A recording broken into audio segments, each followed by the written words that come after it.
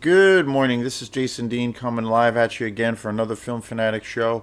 It is about 10:33 here at Film Fanatic headquarters. It is a Thursday morning, beautiful day today. So hope everyone's doing good. I've been really diving deep into a lot of my recent purchases that I got. I got a whole ton of just a pile of incredible movies.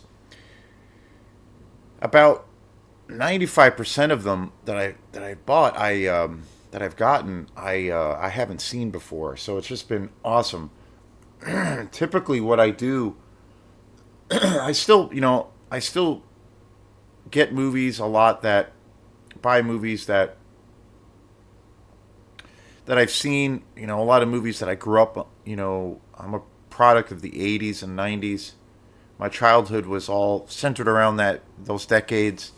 So I grew up, at the time of the VHS, and back when a lot of these great, amazing grindhouse movies were actually, uh, you know, in syndication. They were put on, the late night horror television specials that were going on.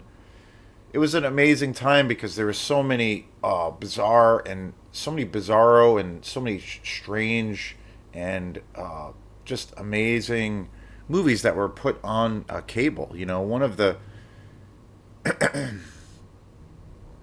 two of my favorite movies in kind of the grindhouse exploitation world were movies that I saw on television. I did a show about a month or two ago on my top, I think it was my top 20 horror exploitation movies. And my favorite exploitation movie of all time, The Tourist Trap with Chuck Connors, that was a movie I saw when I was a kid on cable. Totally crazy. And that movie was so weird because it's actually rated PG. And I love the whole thing. One of the big allures, if not the main allure of or attraction for me with the grindhouse world, is just the seedy, showing the seedy side of life and the real sleaziness, and the gore, the practical effects, just the rawness. Like the more that a movie has those has those things, or just where if I see a film and it's just oozing rawness, and it just oozes rawness and sleaziness and gore, I for the most part will become a big fan. I just love that aspect of it. But in this case, the Tourist Trap, it wasn't really a gore filled film per se. It was a movie that didn't get an R rating, so it ended up getting into syndication.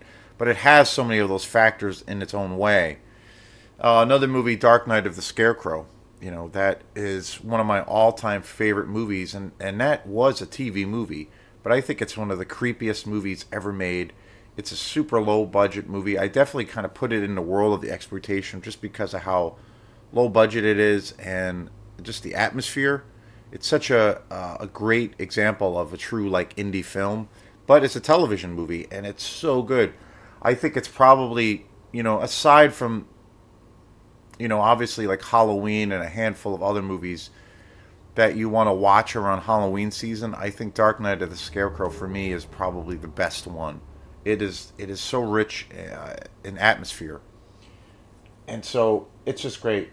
And before I get into today's show, I figured I wanted to talk a little bit about certain movies. I've seen some lists and some shows recently of movies that couldn't get made in this day and age, and the world that we kind of live in now, where the idea of like political correctness is kind of the dominating attitude, or the prevailing kind of mindset. And so when I think of movies, especially when it comes to the exploitation world, in a lot of ways, almost every movie that I cover on this channel and they of course they're mostly older films.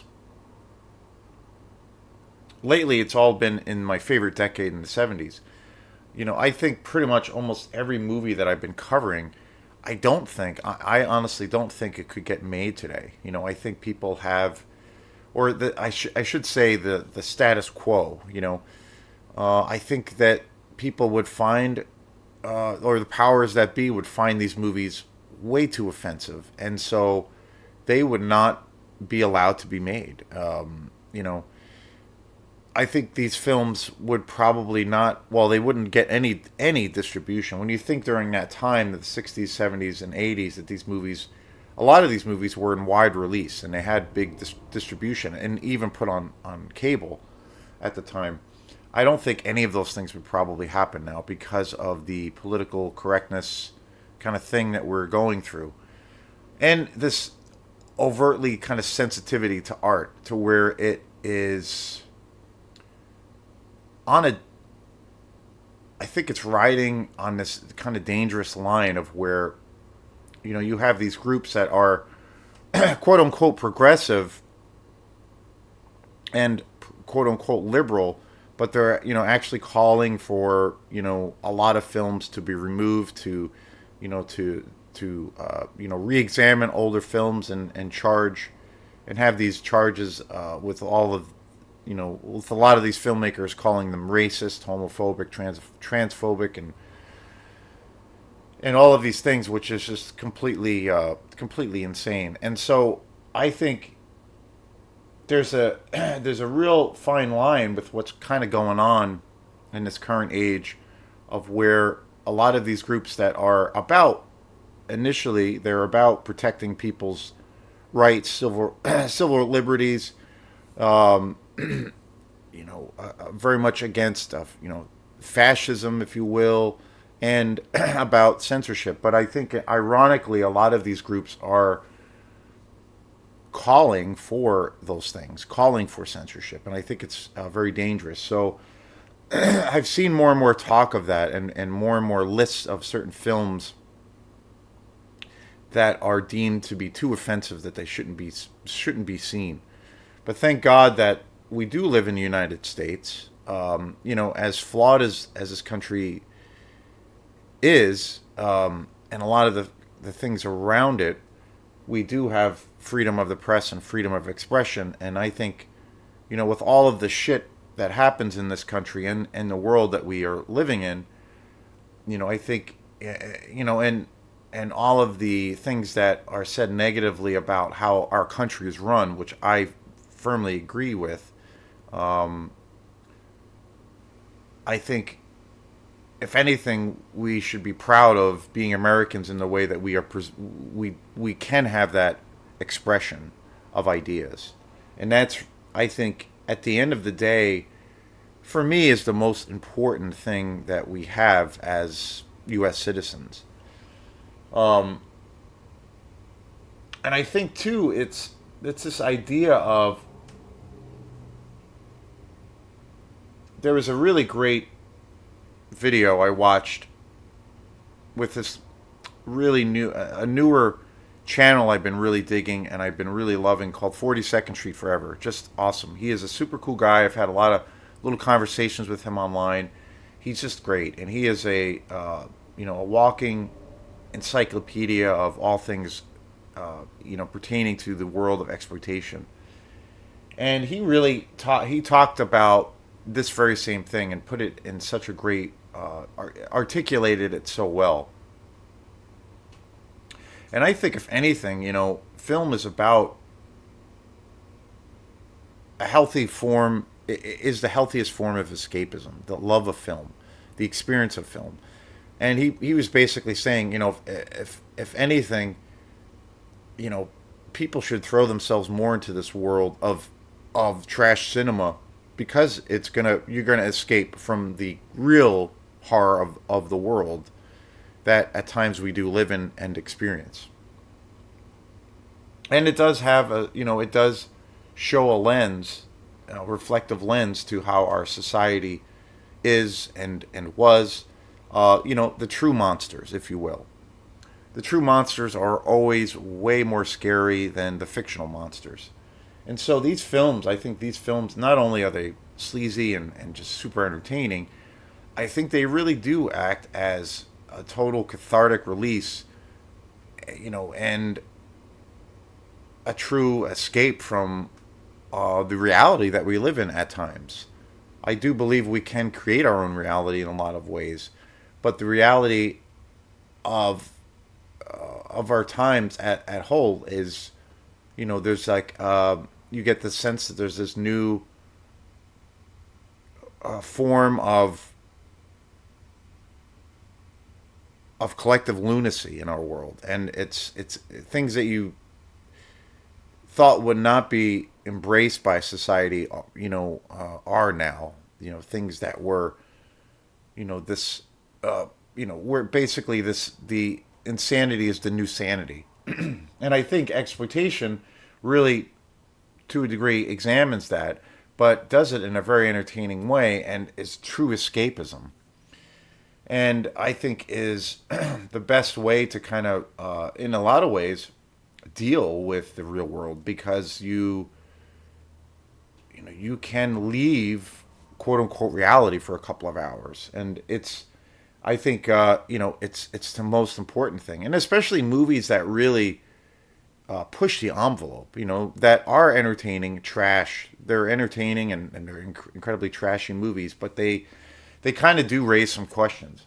So that leads me into today's movie, which is a movie that it's one of those movies that I have a high threshold for violence and sex and movies that are incredibly sleazy, or really, movies that really push certain taboos or explore certain taboos.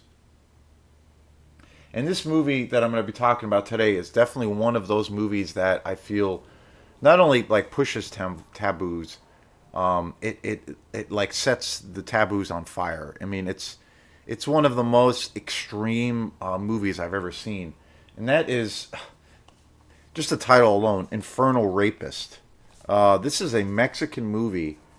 I heard about this movie through a YouTube channel, Mood616, who is a Canadian YouTube guy who is just amazing. I've talked about his show a lot. I have learned a lot about Grindhouse Cinema through his channel. I've gotten turned on to so many cool movies. I've bought a lot of movies through his channel, movies that he talks about, his recommendations. And he covers a wide range of exploitation movies. He also does, all kinds of styles of movies, but his big focus is, he's a massive collector, and his big focus is the world of exploitation. And he did a show a few months ago where one of the movies he talked about was this movie, Infernal Rapist. And just listening to him talk about it, my jaw kind of dropped. I was just like, really? Like, that's completely batshit crazy in every conceivable way.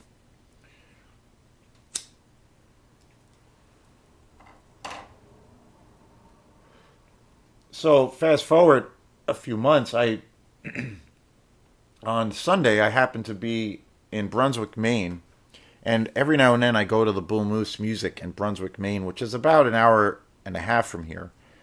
But it's a really good shop. I've gotten some really great movies there, and as luck has it, I was able to buy this like completely insane movie. It's called the Infernal Rapist. It came out in 1988. It's a Mexican movie. It was directed by Damien Acosta Esperanza.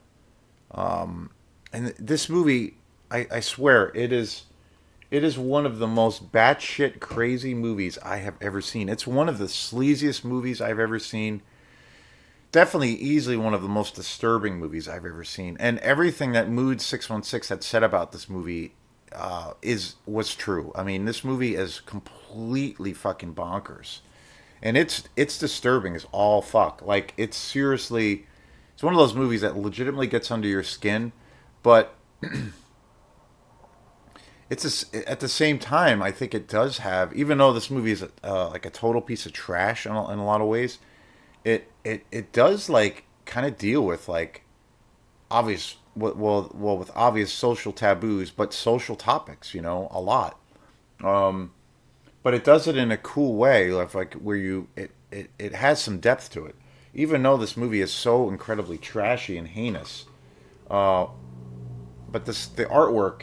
When I bought this movie, the artwork is amazing. It's got this amazing slip cover, and again, this is one of the most batshit crazy movies I've ever seen.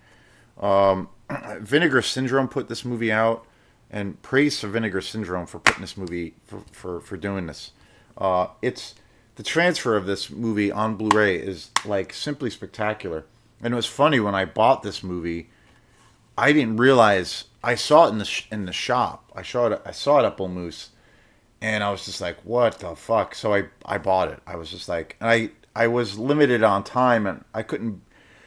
I was limited. My time was limited as far as like how long I could be in there. So I was in there for maybe 20 minutes. So, but this I came across this, and I was just like, "What?" And I didn't put two and two together that this was actually the movie that I saw a review on, and I made a mental note where I'm going to try to look for this movie. But I knew it was going to be really hard to find, and it's a really obscure movie, super low budget, and I didn't think I'd find it in the shops. And when I saw this movie, I didn't think of that. I didn't put two and two together. It wasn't until afterwards that I was like, "Oh shit, this is that movie that I saw," and I was super excited. And this movie is crazier than what I thought. I mean, the whole premise is completely bonkers. And the Infernal Rapist is basically about this guy who is this serial killer rapist monster who is put on death row, and he's executed. He's electrocuted, and when he dies, the devil comes to him and says, "Well, I will make a pact with you if you swear your allegiance to me, and and part of the pact is that you have to rape and kill men and women, and if you do all of these things, I will give you all of the drugs and all of the money in the world as a reward." And that's the premise of this movie, and it's like, holy shit, like, yeah, it's super disturbing, but at the same time, this movie is amazing. Like, it's so well done. It's so trashy, so low budget, so gritty, and just nasty, nasty. But it's so well done. And again, I think this movie actually has a lot of depth, and has like aspects to it that it does raise some like kind of questions. But it's super entertaining. It's an amazing film. Like, it's one of my favorite new releases that I've gotten. It is so it's and again, I have a lot of movies, a lot of exploitation movies now that are that really push the envelope, that are super gory, super insane, deal with all kinds of psychosexual matters, and I just love the shit so much. I love the trashiness, and this movie is definitely like one of the most insane and bonkers movies I've ever seen. But I'm super excited I bought this. This is an amazing movie. I highly recommend it. This movie will. It's not. Well, it's not for everyone. I think there's a lot of people that probably couldn't sit through this movie. But as fucked up as this movie is, it's as entertaining as fuck. And I love this movie. I'm looking forward to watching it again. It has an amazing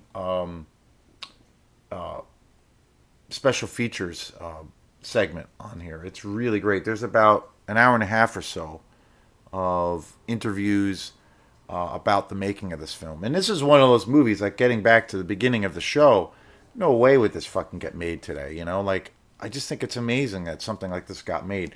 When I was watching this, I was just like, I can't believe this movie got made. Like, this is insane. Like, but it's so great, and it's one of those movies that, like, the filmmakers and the creators of this movie are just so adventurous, and there's it's totally unhinged. It's a wild animal kind of let out of its cage, and I just love that they just went for it. And yet it's totally ridiculous and just so over the top. But it's fantastic. Like actually, the actual actors and the portrayals, the characters in this movie is actually really great, and the direction is fabulous. But what an awesome find! Super excited. If you love just taboo pushing movies, this is the movie. So thanks again, and we will see you next time. Peace.